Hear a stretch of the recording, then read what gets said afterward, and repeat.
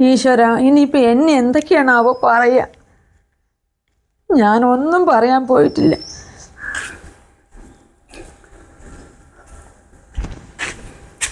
സാവിത്രി, നിന്റെ മരുമോൾ എന്താ ഓടുന്ന കണ്ടത്? എന്തെങ്കിലും പ്രശ്നമുണ്ടോ? ആ, അതില്ലേ, അവൾ എൻ്റെ അടുത്ത് എന്തോ പറഞ്ഞത് പണങ്ങിപ്പോയതടോ. ഞാനൊന്നും പറയാൻ പോയിട്ടില്ല കേട്ടോ. നമുക്ക് വെള്ളം വന്നു കഴിഞ്ഞാൽ 7 മണിക്ക് വെള്ളം നിൽക്കും. പിന്നെ വോൾട്ടേജ് ആണെങ്കിൽ തീരില്ല.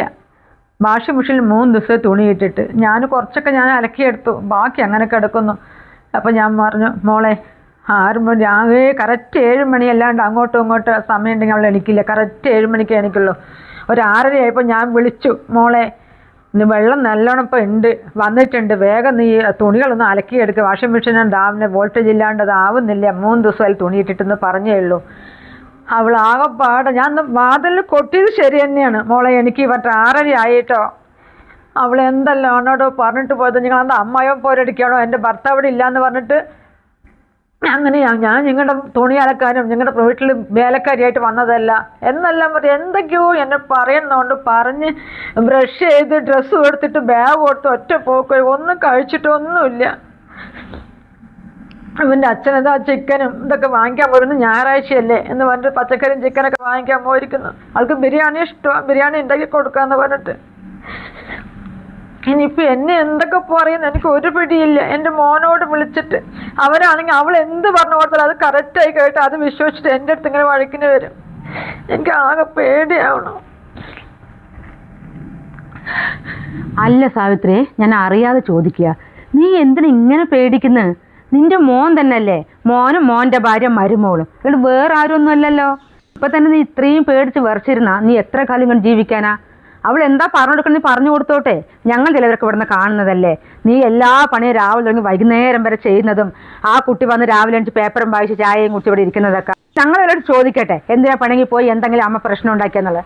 ഞങ്ങൾ മറുപടി പറഞ്ഞു കൊടുക്കും നിന്റെ മോനെ കൊണ്ട്. ഞാൻ പറയട്ടെ സാവിത്രി, ഒരു അമ്മായിമ്മ പറഞ്ഞാലേ അവർക്കുള്ള വേണ്ട റെസ്പെക്റ്റും ഇതൊക്കെ തരണം. എന്നാലേ മരുമോൾക്ക് മാത്രം റെസ്പെക്റ്റും അങ്ങോട്ട് തിരിച്ചു കൊടുത്താൽ പോരാ. അമ്മായിമ്മ പറഞ്ഞ് മരുമോൾ വന്ന് പറഞ്ഞാൽ അമ്മായിമ്മ പേടിച്ചൊരു ഭാഗത്ത് പേടിച്ച് വർഷോണ്ടിരിക്കാൻ പറ്റുമോ? പിന്നെ അവ നിന്റെ മോൻ കൊണ്ടുകൊണ്ട് മാത്രമൊന്നുമല്ലല്ലോ കുടുംബം കഴിയുന്നത്. നിന്റെ സഹോദരേട്ടൻ പണിക്ക് പോകുന്നില്ലേ, അവരും കൊണ്ടുവന്നിട്ടല്ലേ കാര്യങ്ങളൊക്കെ നടത്തുന്നത്. അല്ലെങ്കിൽ തന്നെ എന്താ, മക്കളല്ലേ അച്ഛനും അമ്മനും നോക്കേണ്ട കടമയൊക്കെ. ഇനിയിപ്പോൾ അവർ കൊണ്ടുവരികയാണ്, അവർ കൊണ്ടുവരണോ പറഞ്ഞിട്ട് കൊണ്ടുവന്ന് കുടുംബം നോക്കണമെന്ന് പറഞ്ഞാണ്ട് എല്ലാവർക്കും പേടിച്ച് വരച്ചൊരു മുക്കിലും ഇണ്ടാതിരിക്കാൻ പറ്റുമോ? മരുമോള് പിണങ്ങിപ്പോയി എന്ന് പറഞ്ഞിട്ട് നീ ഇവിടെ പേടിച്ച് വരച്ച് കരഞ്ഞുകൊണ്ടിരിക്കുമൊന്നും വേണ്ട. സുധാരായിട്ട് ചിക്കൻ വാങ്ങാൻ പോയതല്ലേ, വന്നിട്ട് നല്ല നെയ്ച്ചോറ് ബിരിയാണി ഉണ്ടാക്കി കഴിച്ചിട്ട് സന്തോഷത്തോടെ ഇരിക്കും. കുറച്ച് ദിവസം സമാധാനം ശരിക്കാലോ എന്ന് പറഞ്ഞിട്ട്. കാരണം എന്താ അറിയോ, ഇപ്പം ഞങ്ങളുടെ മോനും കുറച്ച് കഴിഞ്ഞൊരു കല്യാണം കഴിക്കാനായി. ഇവിടുത്തെ അവളും ഇവളും ഒക്കെ തൊട്ട് വീടായതുകൊണ്ട് ഒരു ഫ്രണ്ട്സും എന്തായാലും ആകും. അയ്യോ അപ്പുറത്തെ അമ്മായിയമ്മ നോക്കി എന്തോരം പാവമോ, ഇവിടെ എന്താ ഇങ്ങനെ പറയും. ഞാൻ എന്തായാലും പാവമല്ല, എനിക്ക് നിന്റെ പോലെ പാവമാകാൻ പറ്റില്ല. അത് കാരണം അങ്ങനെ പ്രശ്നം ഉണ്ടാക്കാൻ നീ ആയിട്ട് ഇട വരുത്തണ്ട. നല്ല സ്ട്രോങ് ആയിട്ടിരിക്കും. ഞാൻ പോകട്ടെ, ചോറെടുപ്പത്താ.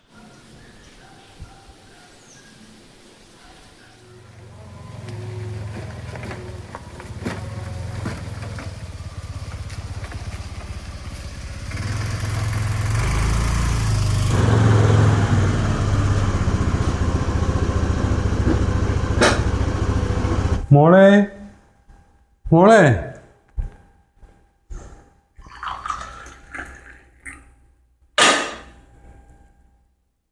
അവളിവിടെ ഇല്ല, അവളുടെ വീട്ടിലേക്ക് പോയിരിക്കുക. ഞാൻ 6:30 എണിക്കാൻ പറഞ്ഞു, അതൊരു തെറ്റാ ഞാൻ ചെയ്തുള്ളൂ. അങ്ങനെ എൻ്റെ അടുത്ത് 1ഉം 2ഉം പറഞ്ഞ് പിണങ്ങി ബാഗ് കൊടുത്ത് ഒറ്റ പോക്ക്, ചായ പോലും കുടിക്കാണ്ട്. എന്തൊക്കെ നീ പറഞ്ഞു, പിണങ്ങിപ്പോകേ.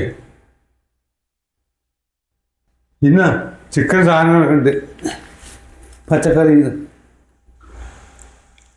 കുടുംബത്തിലെ സമാനം കളയാൻ വേണ്ടി നിന്റെ അടുത്ത് ആരാ പറഞ്ഞ 6:30 വിളിക്കാൻ പറഞ്ഞു? ഈ സാധാരണ ചെയ്യുന്ന പണി ചെയ്തൂടെ? ഞാൻ അറിഞ്ഞപ്പോൾ ഇങ്ങനെയൊക്കെ കുട്ടി ചെയ്യുന്നുള്ളത്, ഞാനിങ്ങനെ ചെയ്യുന്നുള്ളത് അറിഞ്ഞാണ് ഞാൻ പറയും.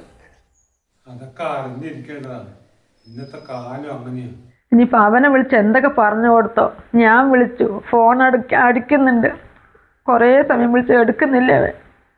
അവള് പറഞ്ഞല്ലേ അവൻ കേൾക്കുള്ളൂ, നീ വെറുതെ കേൾക്കുന്നോന്നാ. ഇനിയിപ്പോൾ നേരെ വന്ന് അവൾ കൂട്ടിച്ചു പോകും. അതിനുള്ള നാടകം അവൾ കളിച്ച്. അതിന് പൊയ്ക്കോട്ടെ, അവൻ രണ്ടാളും ഒരുമിച്ച് താമസിക്കണം, നമുക്ക് സന്തോഷമല്ലേ ഉള്ളൂ. പക്ഷെ അതിന് ഇങ്ങനെ പിണങ്ങി പോകേണ്ട വല്ല കാര്യമുണ്ടോ? ഒന്നും രണ്ടും പറഞ്ഞു ഒന്നും കഴിക്കാണ്ട് എനിക്കത് ഒരുപാട് സങ്കടമായി.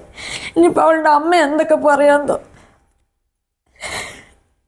അവളുടെ അമ്മ എന്ത് പറയുന്നത് സാവിത്രി? അങ്ങനെയൊക്കെ പൊടി നമുക്ക് ജീവിക്കാൻ പറ്റുമോ?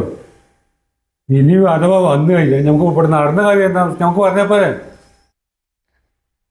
എനിക്ക് നല്ല തലവേദന, ഞാൻ ഒരു ഗുളിക കഴിച്ചിട്ട് കുറച്ച് നേരം കിടക്കട്ടെ.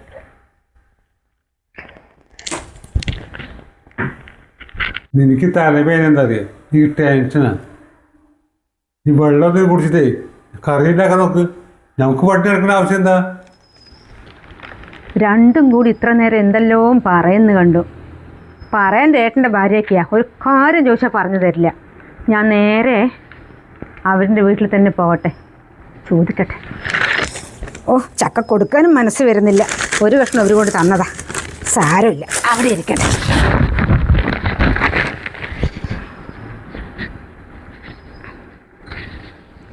സാവിത്രി ചേച്ചി ഉണ്ടോ എന്താ അവിടെ? ഗിരിജയെടുത്ത് കാണാണ്ട് പോകട്ടെ.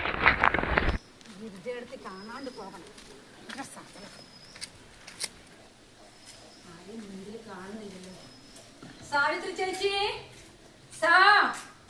സാവിത്രി ചേച്ചി. ഇതാ രഞ്ജുവാ, സാവിത്രി ചെറിയ തലവേദനയാ, കിടക്കുക. അയ്യോ, ഞാൻ എന്തറിയോ, ഒരു കഷ്ണം ചക്ക കിട്ടി, അത് ചേച്ചിക്ക് ഒരു കഷ്ണം കൊണ്ട് കൊടുക്കട്ടെ എന്ന് പറഞ്ഞിട്ട് വന്നതാ. എനിക്ക് അവിടെ വെച്ചിട്ട് ഒരു സമാധാനമില്ലേ. ഗിരിജയടത്തേക്ക് കുറച്ച് കൊണ്ട് കൊടുത്തിട്ടുണ്ടായിരുന്നു. പറയാൻ ഏട്ടൻ്റെ ഭാര്യയൊക്കെ തന്നെയാണ്. ഒരു കഷ്ണം ചേച്ചിക്ക് കൊണ്ട് കൊടുക്കും പറഞ്ഞാൽ നീ വേണമെങ്കിൽ കൊണ്ട് കൊടുക്കുമെന്ന് പറഞ്ഞിട്ട് പിന്നെ ഞാൻ എന്ത് ചെയ്യാനാ, അതും കൊണ്ട് ഇങ്ങോട്ട് വന്നു. ആ ചക്ക അവിടെ വെച്ചോ, ഇവിടെ വെക്കാം. ചേച്ചിക്ക് വലിയ ഇഷ്ടമാണ് ചക്ക, അതാ ഞാൻ കൊണ്ടുവന്നത്. എവിടെ, ഞാൻ പോയി നോക്കട്ടെ, അത് ഇങ്ങോട്ട് വരുമോ ചേച്ചി? വിളിക്കണ്ട രഞ്ജി, അവിടെ 10 മിനിറ്റ് കിടക്കട്ടെ. ആ, എന്നാ കിടക്കട്ടെ, വിളിക്കണ്ട. അല്ല, ശ്രുതി മോളെവിടെ? കുട്ടികളുടെ വീട്ടിലേക്ക് പോയതാ. അല്ല, ചോദിക്കണ്ടോണ്ട് ഒന്നും വിചാരിക്കരുതേ, ആ കുട്ടി വല്ല പിണങ്ങിപ്പോയതാണോ? അല്ല, എനിക്കൊരു സംശയമുണ്ടേ, അത് കാരണം ചോദിച്ചതെന്നല്ലോ. നേരത്തെ ഗിരിജയെടുത്തേയും ചേച്ചിയും കൂടി സംസാരിക്കണം മതിലിൻ്റെ അവിടെ നിന്നിട്ട്, ഞാൻ കേട്ടതാ. അങ്ങനെ അപ്പം തന്നെ വരണമെന്ന് വിചാരിച്ച, പക്ഷെ എൻ്റെ മൂപ്പരോട് ഭക്ഷണം കഴിക്കാതിരിക്കുന്നുണ്ട്. ഏട്ടനാണ് എങ്ങനെ അറിയോ, ഒരാളുടെ വർത്തമാനം അവിടെ പറയുന്നത് ഇഷ്ടമല്ല. മറ്റുള്ളവരുടെ കാര്യം നീ അറിയണ്ട, നീ അന്വേഷിക്കണ്ട എന്നൊക്കെ പറഞ്ഞിട്ട് എന്നോട് ചീത്ത പറയും. അയാളുടെ സ്വഭാവം ഒരു രാജ സ്വഭാവമാണ്, എനിക്ക് കണ്ടുകൂടാ. ഒരാളുടെ അടുത്ത് മിണ്ടുമില്ല, മറ്റുള്ളവൻ്റെ കാര്യം അവിടെ പറയാൻ പറ്റില്ല. ഇങ്ങനെയുണ്ടോ? നമ്മൾ ചുറ്റുപാടൊക്കെ ഒരേപോലുള്ള ആൾക്കാരല്ലേ, അങ്ങോട്ടും അങ്ങനെയൊക്കെ തന്നെയല്ലേ മനുഷ്യന്മാർ. ഇതങ്ങനെയല്ലേ, ആ വീട്ടിലും പോകാനായിക്കില്ല, ഈ വീട്ടിലും പോകാനായിക്കില്ല, എവിടെയും പോകാനായിക്കില്ല, ഒരാളുടെ വർത്തമാനം അവിടെ പറയാനും അയക്കില്ല. അങ്ങനത്തെ ഒരു മനുഷ്യനെ കാണാൻ കിട്ടില്ല. അപ്പോൾ ഏട്ടനൊന്ന് പുറത്തോട്ട് ഞാൻ പതുക്കെ വന്നതാണേ. പറയുന്നത് ശരിയല്ലേ, അവിടുത്തെ കാര്യം ഇവിടെ പറഞ്ഞു, ഇവിടുത്തെ കാര്യം അവിടെ പറഞ്ഞു, നിങ്ങൾക്ക് എന്ത് കിട്ടാനാ പറഞ്ഞിട്ട്? അയ്യോ, ഞാൻ അങ്ങനെ പറയുന്ന ഒരാളൊന്നും അല്ലേ, എൻ്റെ മൂപ്പർക്ക് അതൊരു തോന്നലാ. പിന്നെ അതൊക്കെ പോകട്ടെ, മരുമോൾ പിണങ്ങിപ്പോതാണെങ്കിലേ കേസ് കൊടുത്തിട്ടുണ്ടെങ്കിൽ നിങ്ങൾ കുടുങ്ങിപ്പോകും. അതിന് മുൻപ് വക്കീലിനെ കണ്ടോളേ. കേസ് കൊടുക്കേ? രഞ്ജു എന്തൊക്കെയാ പറഞ്ഞത്? ആരുടെ കേസ് കൊടുത്തേ? അല്ല, അത് ശരിയാണല്ലോ, ഞാൻ ഇങ്ങനെയാണ് ഓരോ അബദ്ധം അങ്ങ് വിളിച്ച് പറയും. പിന്നെന്താ അറിയുക, അങ്ങനെ വല്ല കേസും കൊടുക്കണമെങ്കിൽ എൻ്റെ ആങ്ങളെ വക്കീലാ, നിങ്ങൾ മുൻകൂട്ടി അവനെ വേണിച്ച കണ്ടോളിൻ, അത് പറയാൻ വേണ്ടി ഞാൻ വന്നതാ. രഞ്ജു, എനിക്ക് പുറത്തു പോകാനുണ്ട്. ആ, അതിനിപ്പോൾ എന്താ, സുധാകരട്ടും പുറത്ത് പോയിക്കോളേ, ഞാൻ പോകുക. എൻ്റെ മൂപ്പര് വരുമ്പോഴേക്കും എനിക്ക് അവിടെ എത്തണേ. പിന്നെ ഈ ഇങ്ങനെ പിണങ്ങിപ്പോയി എന്നൊരു വാർത്ത ഞാൻ ഇവർ പറയുന്നത് കേട്ടപ്പോൾ ഞാൻ ഒന്ന് പറഞ്ഞു എന്നേ ഉള്ളൂ. ഇന്നത്തെ കാലമൊക്കെ വലിയ മോശമാണ് കേട്ടാ, മരുമക്കന്മാരൊന്നും പണിയെടുപ്പിക്കാൻ പറ്റില്ല അത്രേ. ഞാൻ കേസ് കൊടുക്കുന്നു, ആണുങ്ങളും പെണ്ണുങ്ങളും ഒരുമിച്ച് പണിയെടുക്കണം. അത് നിങ്ങളുടെ മോൻ ഇവിടെ ഉണ്ട്, അവൻ ബാംഗ്ലൂരല്ലേ, അവനെങ്ങനെ വന്ന് പണിയെടുക്കുക? പിന്നെ സാവിത്രി ചേച്ചി ഒപ്പം പണിയെടുത്ത് കൊടുക്കുകയാണ് രണ്ടാളും. പിന്നെ ആ പെൺകുട്ടി ഒറ്റയ്ക്ക് ഇങ്ങനെ പണിയെടുക്കുന്നത് ഞാൻ കാണലുണ്ട്. അപ്പോൾ അത് ചിലപ്പോൾ അങ്ങനെ വല്ലതും പിണങ്ങിപ്പോയതോ എന്തോ എന്ന് പറഞ്ഞിട്ട് ഞാനൊന്ന് പറഞ്ഞു എന്നേ ഉള്ളൂ, ഒരു ഊഹാഭാവം പറഞ്ഞു എന്നേ ഉള്ളൂ. ശരി, എന്നാൽ ഞാൻ പോകട്ടെ. പറയുന്നുണ്ട് മോനെ, ഞാൻ നാട് മുഴുവനും ഞാൻ എത്തിക്കുന്നുണ്ട് മരുമോള് പിണങ്ങിപ്പോയ വിവരം. വല്ലാത്തൊരു സാധനം, വെറുതെ അല്ലേ ഇടയ്ക്കൊക്കെ അടിയുണ്ടാകും.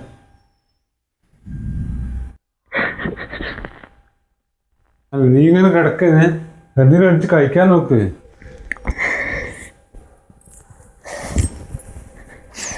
രഞ്ജു അല്ലേ ഇപ്പം വന്നിട്ട് പോയത്, ഞാൻ അങ്ങോട്ടേക്ക് വരാണ്ട.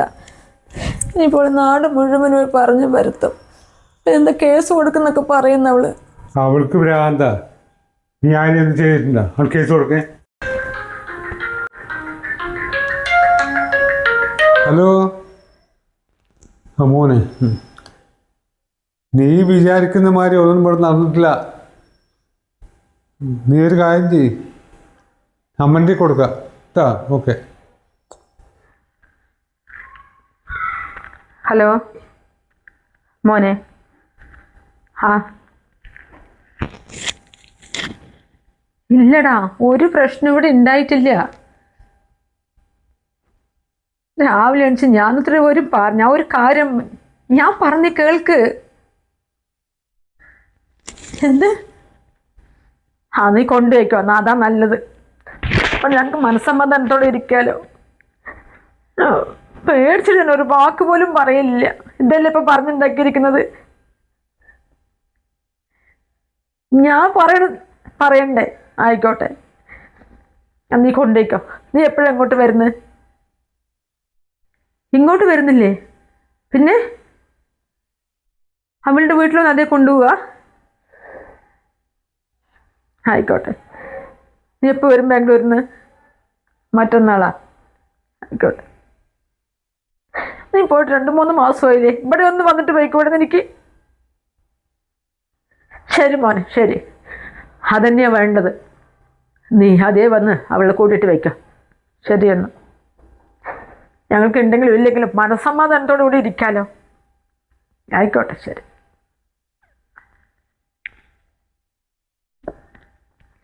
അവൻ ബാംഗ്ലൂരിൽ നേരെ അവളുടെ വീട്ടിലേക്ക് വരികയാണ്ട്ടെ. എന്നിട്ട് അവളിനെയും കൂട്ടിയിട്ട് പോവുകയാണെന്ന്. കൂട്ടിയിട്ട് വയ്ക്കോട്ടെ, ഇവിടെ വന്നൂടെ അവന്? എനിക്കറിയാം ഇതോ സംഭവിക്കുള്ളൂ. ഇപ്പൊ അച്ഛനും അമ്മയും അവരുടെ ശത്രുക്കളായി. നമ്മൾ അങ്ങോട്ട് വായിക്കാണ്ട് ഇങ്ങോട്ട് വായിക്കാണ്ട് പൊന്നുപോലെ നോക്കി വളർത്തിയ മക്കൾ കല്യാണം കഴിഞ്ഞ അച്ഛനും അമ്മനെയും ശത്രു.